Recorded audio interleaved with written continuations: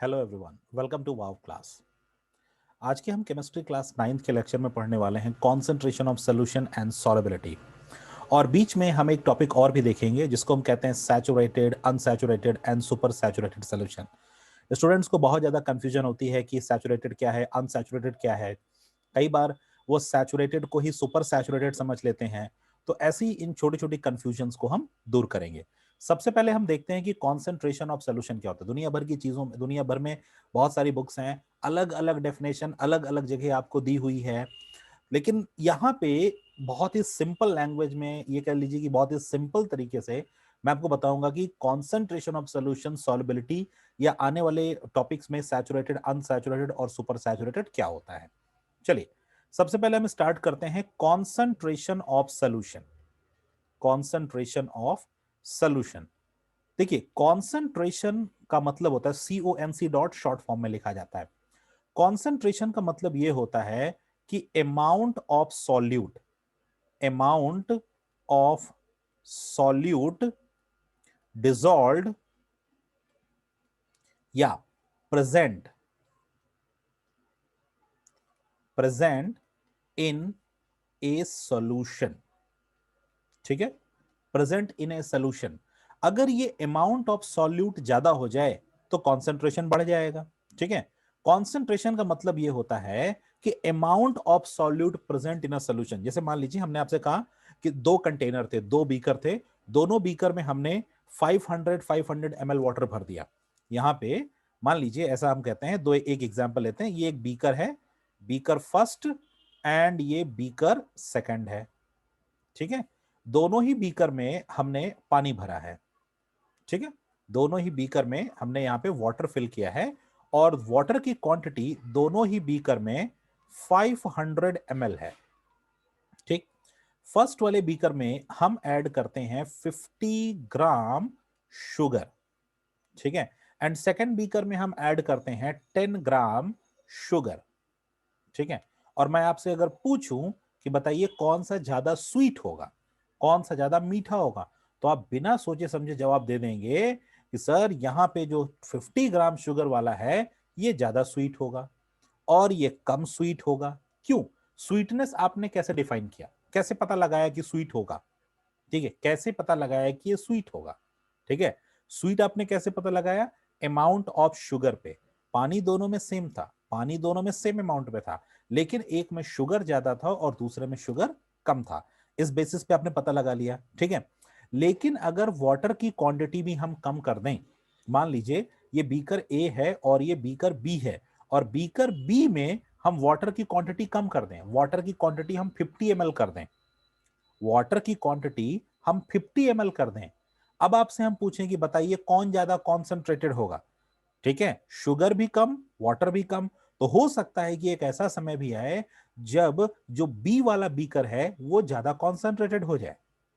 ठीक है, बी वाला जो बीकर है वो ज्यादा कॉन्सेंट्रेटेड हो जाए। तो इन्हीं सब बातों को निकालने के लिए एक छोटा सा फॉर्मूला बनाया गया, लेकिन उस फॉर्मूला को यूज कैसे करना है वो अलग अलग सोल्यूशन के बेसिस पे होगा। देखिए, यहां पे हम दो तरह के सोल्यूशन को जज करेंगे। पहला सोल्यूशन होगा जिसमें सॉल्यूट सॉल्यूट सॉलिड होगा और जो सॉल्वेंट है वो तो लिक्विड होगा, आपको पता है। ठीक है, बात समझ में आई? मतलब सॉलिड और लिक्विड का हमको सोल्यूशन बनाना है, सॉलिड एंड लिक्विड का हमको सोल्यूशन बनाना है। ठीक, ये हो गया हमारा पहला टाइप का सोल्यूशन। दूसरे में क्या है? यहां भी सॉल्यूट होगा और यहां भी सॉल्वेंट होगा। ठीक है, यहां भी सॉल्यूट होगा और यहां भी सॉल्वेंट होगा, लेकिन इस केस में थोड़ा सा बदल जाएगा। यहां पे सॉल्यूट लिक्विड होगा और सॉल्वेंट भी लिक्विड होगा। दोनों ही केस में सोल्यूशन बन जाएगा। जैसे मान लीजिए हम आपसे कहें कि शुगर और वाटर को मिलाया तो सोल्यूशन बन गया, ये तो हमारा केस नंबर 1 हो गया। और हमने आपसे कहा कि हमने अल्कोहल और वाटर मिलाया तो ये सेकंड केस हो गया। अल्कोहल और वाटर को मिलाना, सिरप और वाटर को मिलाना, हनी और वाटर को मिलाना, ये सब भी सोल्यूशन बनेगा। लेकिन यहां पे सॉल्यूट भी लिक्विड है और सॉल्वेंट भी लिक्विड है। लेकिन अगर हम फर्स्ट केस की बात करेंगे, इस केस नंबर 1 की बात करेंगे, तो यहां पे सॉल्यूट सॉलिड होगा और सॉल्वेंट लिक्विड होगा। तो फॉर्मूला दोनों का सेम है, बस लिखने का तरीका अलग अलग है। क्या अलग है देख लेते हैं। चलिए यहां पे case one, case one, case one में क्या है, यहां पे सॉलिड प्लस लिक्विड है। ठीक है, अगर यहां पे सॉलिड और लिक्विड दिया है तो ये दोनों ही आपको ग्राम्स में दिया होगा।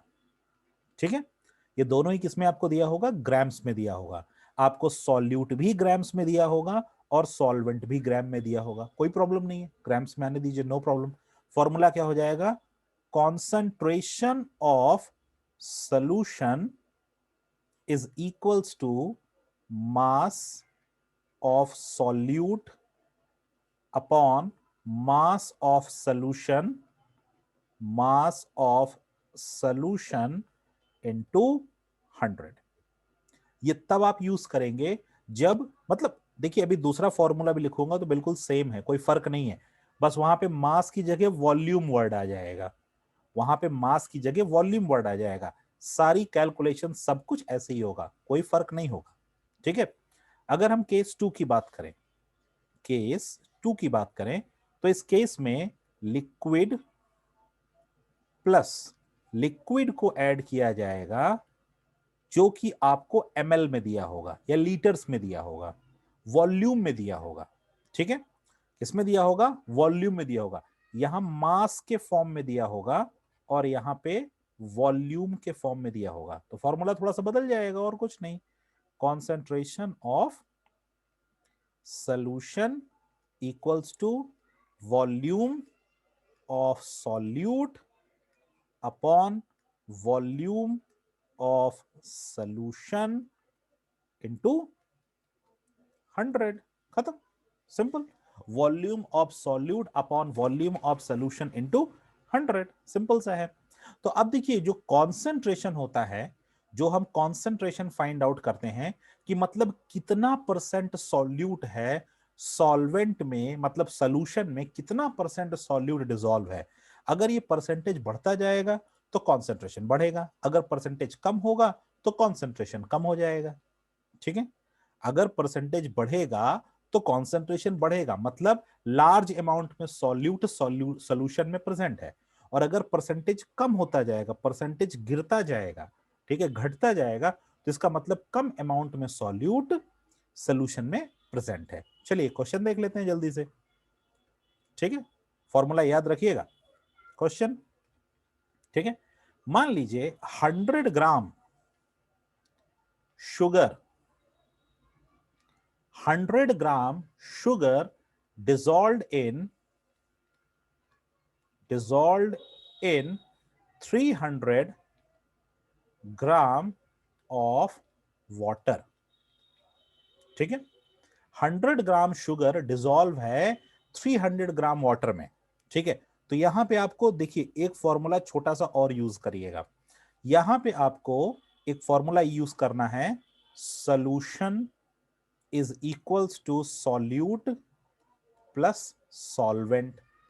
तो कई बार ऐसा होगा कि आपको सॉल्यूशन पहले से ही दिया होगा, लेकिन अगर सॉल्यूशन नहीं दिया है तो आप क्या करेंगे, सॉल्यूट और सॉल्वेंट को जोड़ दीजिएगा। इस क्वेश्चन में यहां पे आपको कह रहा है कि find concentration, find concentration of solution.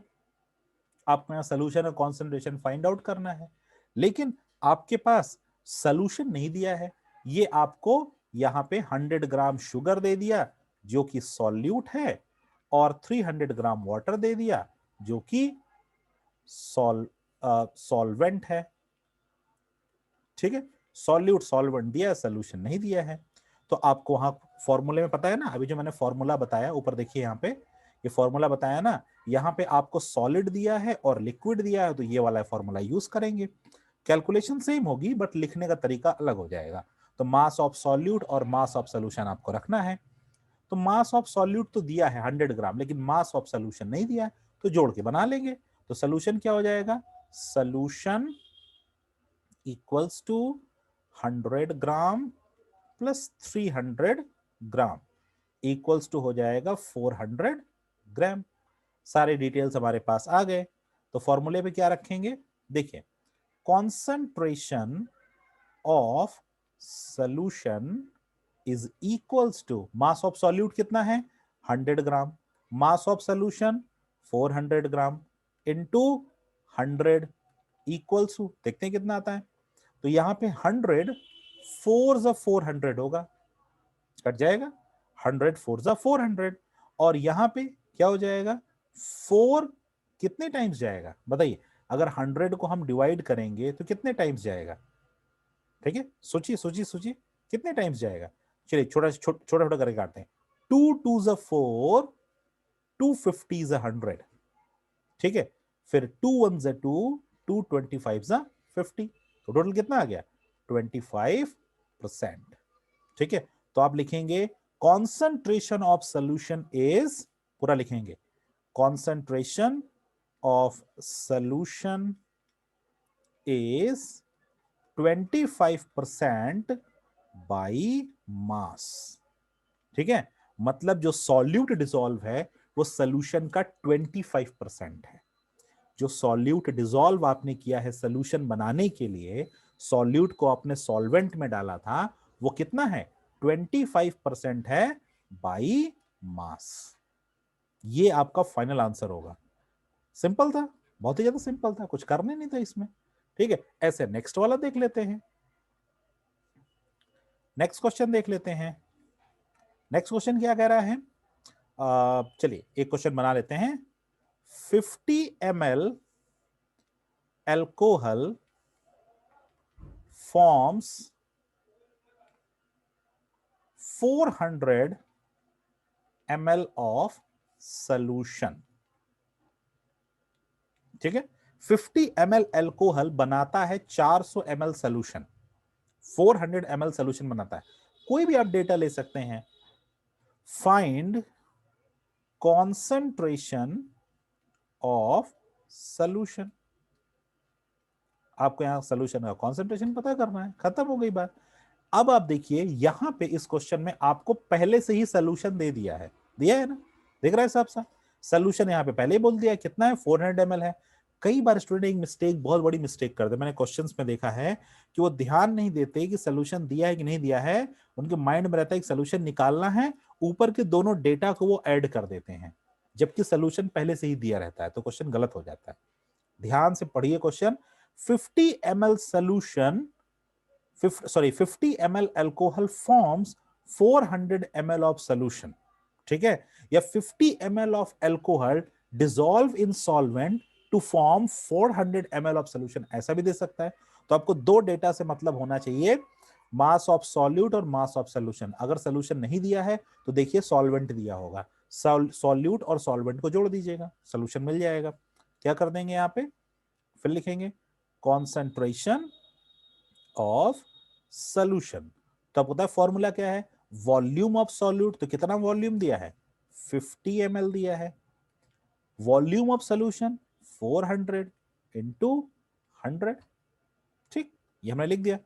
100 4 जा 400, 2 2 2 जा 4, 2 25 जा 50, हो गया 25 हो गया। तो यहां पे कितना आया 25 अपॉन 2, ठीक है, 25 अपॉन 2, और जब आप इसको डिवाइड करेंगे 25 अपॉन 2 को डिवाइड करेंगे तो ये नियर अबाउट आएगा, इसको काट देंगे तो 25 का हाफ कितना होगा, 25 का हाफ होगा 12.5%।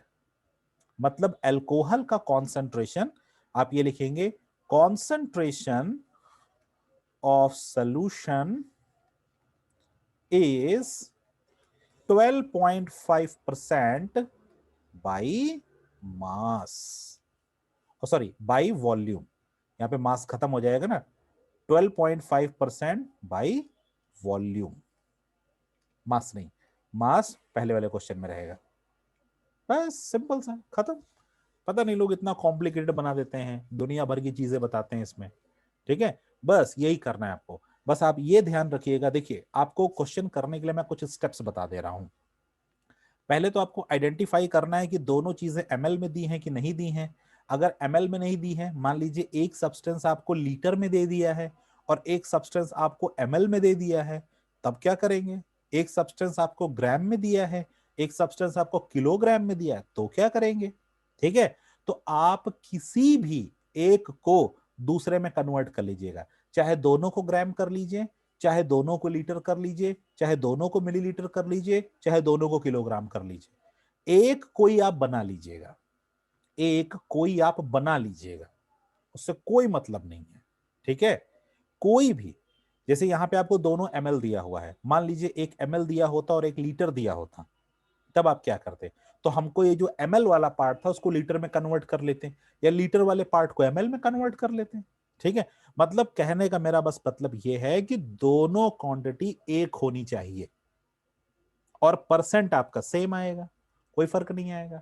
दोनों क्वांटिटी आपको सेम करना कंपलसरी है, अगर आप दोनों क्वांटिटी सेम नहीं करेंगे तो फिर गलत हो जाएगा। दोनों क्वांटिटी आपको सेम करनी है, एक ml में है तो दूसरा भी ml में कर लीजिए, जो आपका मन करे, उससे नहीं मतलब है, क्योंकि आप परसेंट की बात की जा रही है, परसेंट दोनों ही कंडीशन में सेम आएगा। ठीक है, तो याद रखिए माय डियर स्टूडेंट्स, जब कभी भी मास की बात की जाए, दोनों ग्राम्स में दिए हों, किलोग्राम्स में दिए हों, तो आप फॉर्मूला लिखेंगे जरूर, concentration of solution equals to mass of solute upon mass of solution into 100, क्योंकि जो टीचर आपकी कॉपी चेक करता है उसके बाद अच्छा इंप्रेशन पड़ता है कि बच्चे को फॉर्मूला पता था, इसीलिए इसने यहां मास का फॉर्मूला लिखा, जबकि उसको पता है कि सोल्यूशन तो एक ही होना है दोनों का, दोनों को सॉल्व करने का तरीका एक ही है, कोई फर्क नहीं है उसमें, लेकिन आप फॉर्मूला जरूर लिखिए। अगर दोनों में ml दिया है तो भी आप फॉर्मूला जरूर लिखिए, volume concentration of solution is equals to volume of solute upon volume of solution into 100। ठीक है, बस परसेंटेज निकल जाएगा और उसके बाद ये सॉल्व हो जाएगा आसानी से, सिंपल, वेरी सिंपल।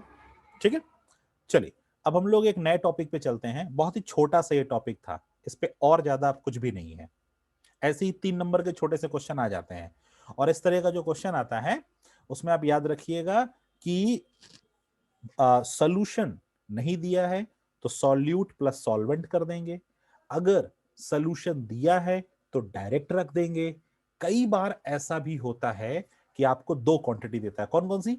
एक देगा सॉल्वेंट और एक देगा सोल्यूशन, तब क्या करेंगे? तब आपके पास झटके में सॉल्वेंट रख के मत सॉल्व कर दीजिएगा। मान लीजिए ऐसा कोई क्वेश्चन दे दे कि 100 ml ऑफ वाटर, ध्यान सुनिएगा, 100 ml of water is used in preparation of, 100 ml of water is used in preparation of alcoholic solution.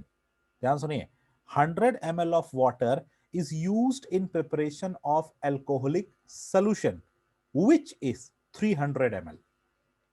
ठीक है, which is a 300 ml, या ऐसा कह ले कि 100 ml of water is used to prepare a solution which is 300 ml। तो याद रखिए water is not a solute, water always a solvent, इसलिए कहा गया यूनिवर्सल सॉल्वेंट। ठीक है, तो ऐसे जब कभी कोई चीज आपको दे, वाटर दे, तो याद रखिएगा वो सॉल्वेंट है, तो अगर ऐसी कंडीशन बने तो आप सोल्यूशन से सॉल्वेंट को माइनस कर देंगे, तो क्या आ जाएगा? सॉल्यूट आ जाएगा। मतलब ये जो 3 नंबर्स दिए हैं, सोल्यूशन, सॉल्वेंट, सॉल्यूट, इसको आगे पीछे करके देखना है और आपको मेन दो लेकर आना है, क्योंकि आपका क्वेश्चन दो ही मांगता है आपसे। क्या मांगता है? सॉल्यूट और सोल्यूशन, यही मांगता है। किसी भी तरह से करके आपको ये बनाना पड़ेगा हर हालत में। ठीक है, आपको वहां पे इतना सफिशिएंट डेटा दिया होगा जिससे कि आप सॉल्यूट और सॉल्वेंट बना सकते हैं, उसमें आपको कोई प्रॉब्लम नहीं होने वाली, कोई उसमें ज्यादा टेंशन लेने की जरूरत नहीं है, आसानी से बन जाएगा वो। ठीक है, बस आपको इतना आइडेंटिफाई करना है कि कौन सॉल्यूट है, कौन सॉल्वेंट है और कौन सोल्यूशन है। ठीक है, जो घोला जाए वो सॉल्यूट, जिसमें घोला जाए वो सॉल्वेंट, और घोलने के बाद जो बने वो सोल्यूशन। ठीक है, चलिए आगे बढ़ते हैं।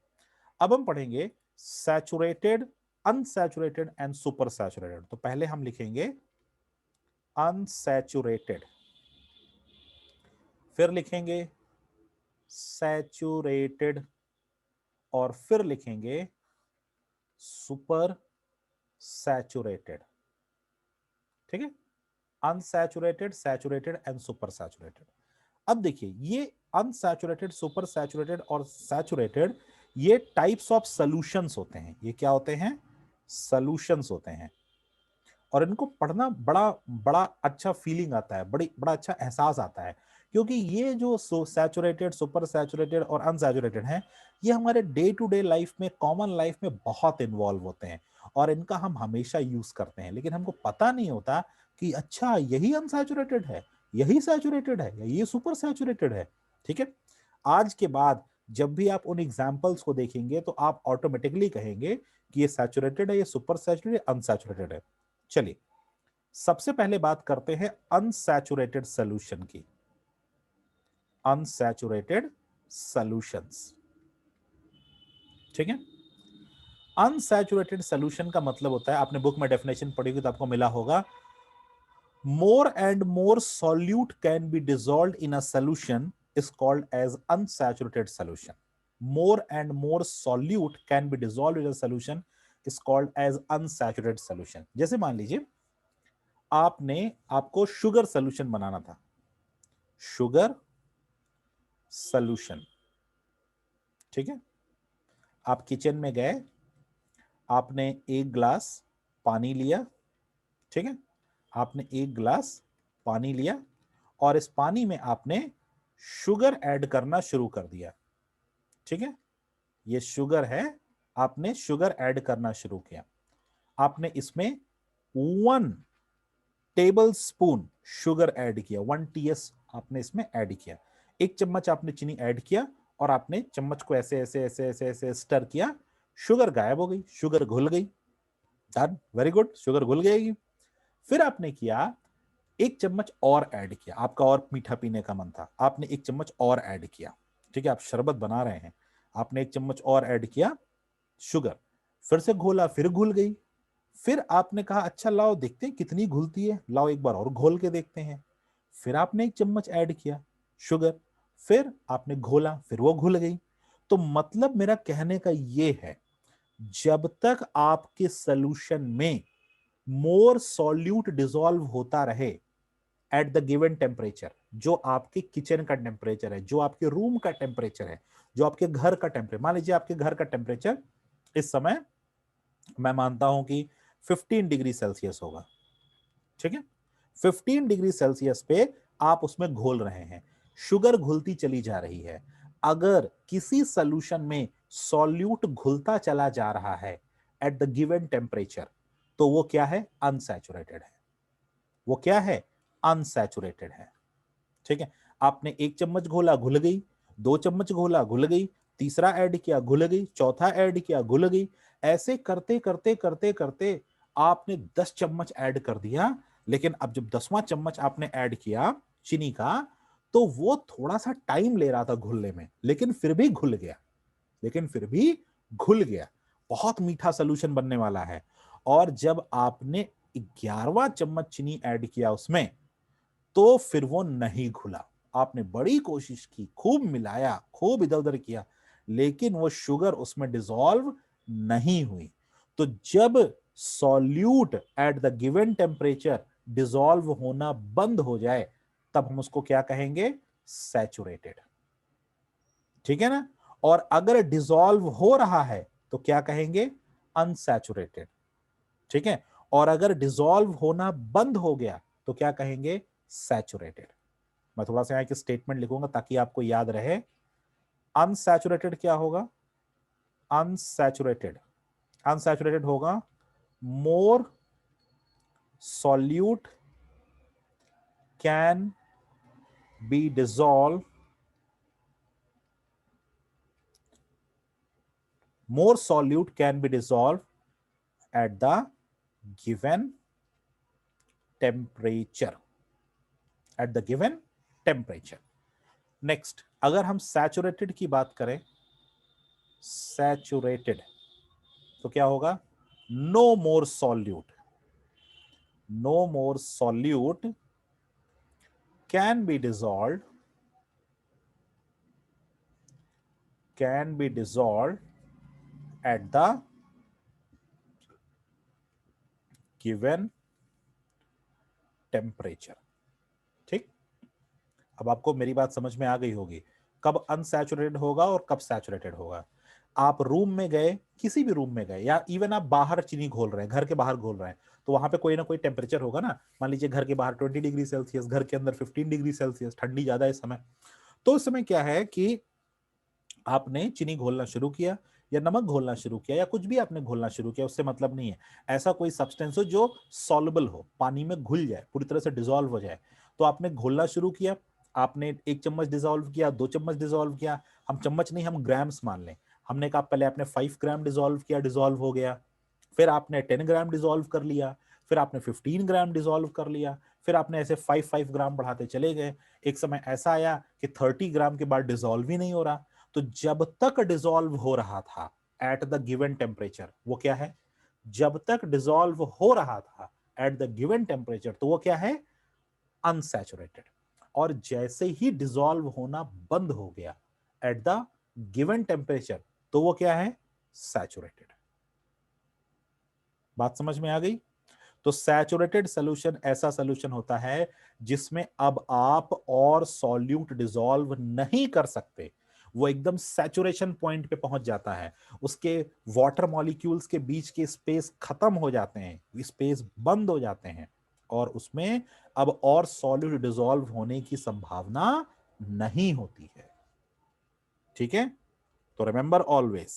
ओके, समझ में आ गया ना, अनसैचुरेटेड सैचुरेटेड। अगर कोई डाउट होगा, कोई दिक्कत होगी, तो कमेंट सेक्शन में जरूर लिख भेजिएगा, ठीक है।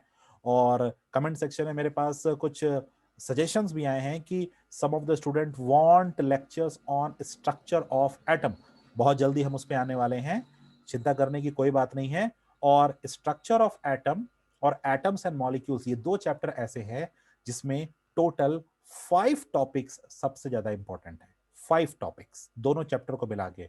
तो उन 5 टॉपिक्स को मैं पहले पढ़ाऊंगा, जैसे कि फॉर्मूला, केमिकल फॉर्मूला बनाना और मोल कॉन्सेप्ट। मोल कॉन्सेप्ट तो आपको ऐसा पढ़ा दूंगा, ऐसा पढ़ा दूंगा कि सपने में मोल कॉन्सेप्ट आप सॉल्व कर लेंगे, ठीक है। बुक्स देखेंगे तो थोड़ा टाइम लगेगा, लेकिन यहां पढ़ेंगे तो शॉर्ट में हो जाएगा और समझ में भी आएगा आसानी से, ठीक है। आंसर, मैं ये नहीं कह रहा कि बुक्स को आपको छोड़ना, no, books are very good, books are good friends for student, books को हमेशा पढ़ना चाहिए। लेकिन कुछ टॉपिक्स ऐसे होते हैं जहां पर आपको एजुकेटर या ट्यूटर की जरूरत पड़ेगी, ठीक है।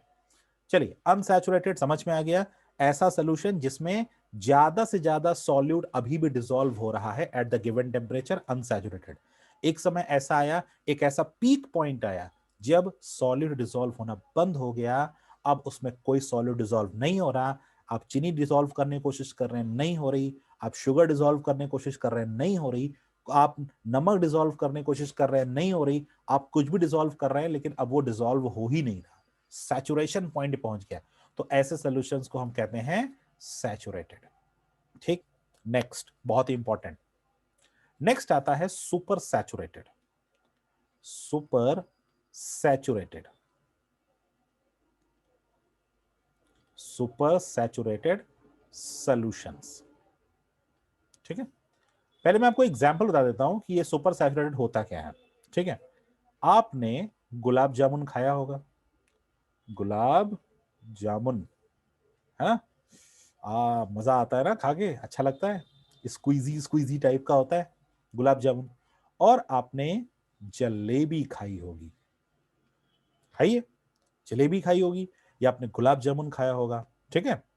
और गुलाब जामुन और जलेबी की जो सबसे खास बात होती है, ये शुगरी सिरप में डिप्ड होते हैं।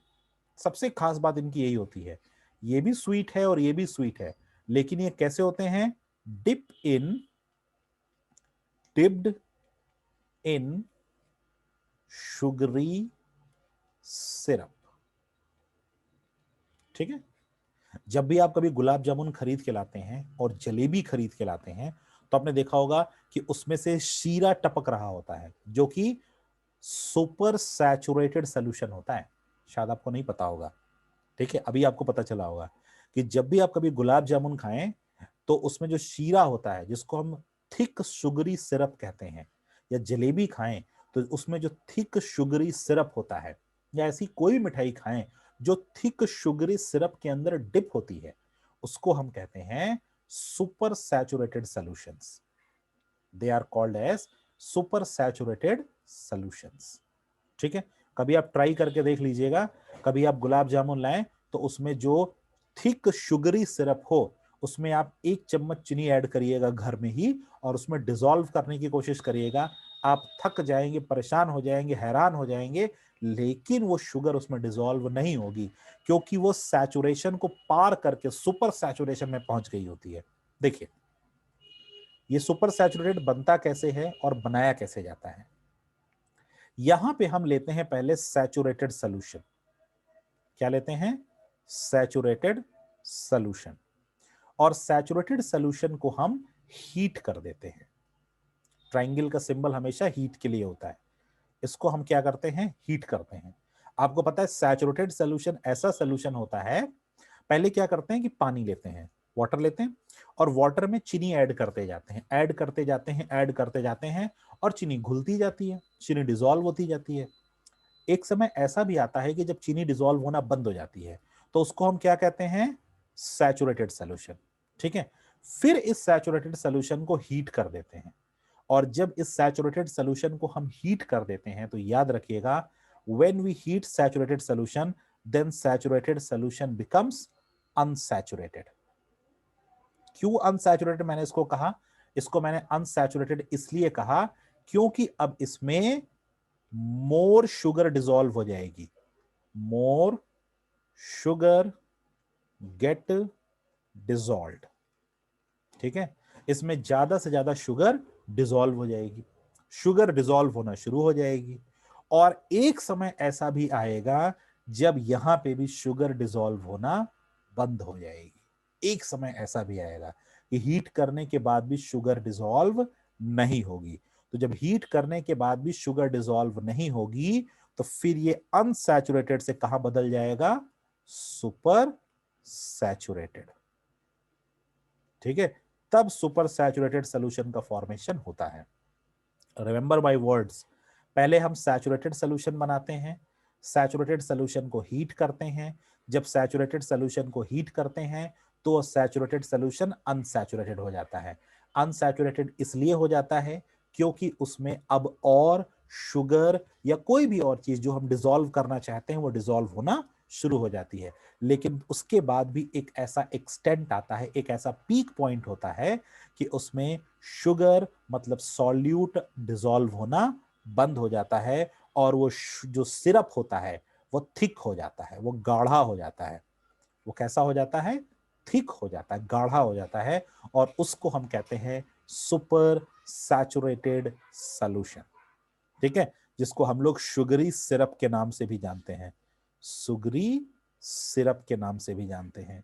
ठीक है, वही जो मैंने आपको बताया गुलाब जामुन का जो शीरा होता है वो आपका सुपर सैचुरेटेड सॉल्यूशन होता है। ठीक है, 2 पॉइंट और मेरे याद रखिएगा, उसके बाद मैं यहां पे एंड करूंगा।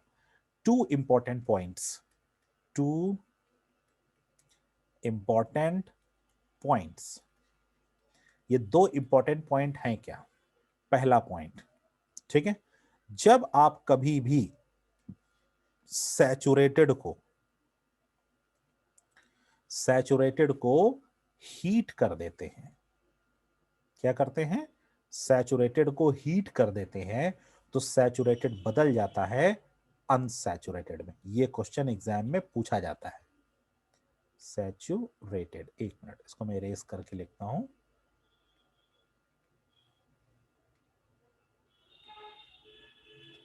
Okay, listen, it takes more time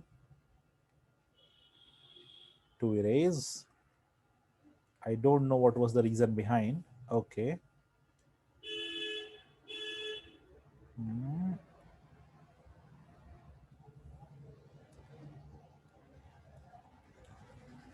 Just give me a second.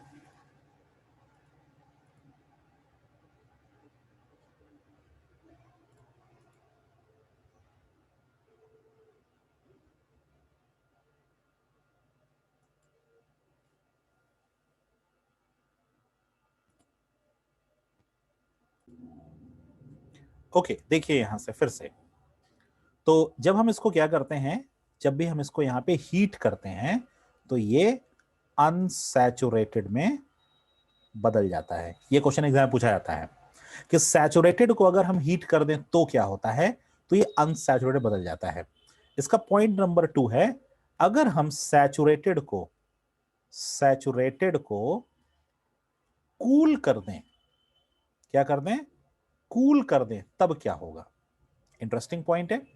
अगर हम सैचुरेटेड को हीट करते हैं तो ये अनसैचुरेटेड बदल जाता है, मतलब अब इसमें और ज्यादा सॉल्यूट डिसॉल्व होना शुरू हो जाता है। लेकिन अगर सैचुरेटेड सॉल्यूशंस को हम कूल कर दें तो क्या होगा, तो ये किस फॉर्म में बदल जाएंगे, सेपरेट आउट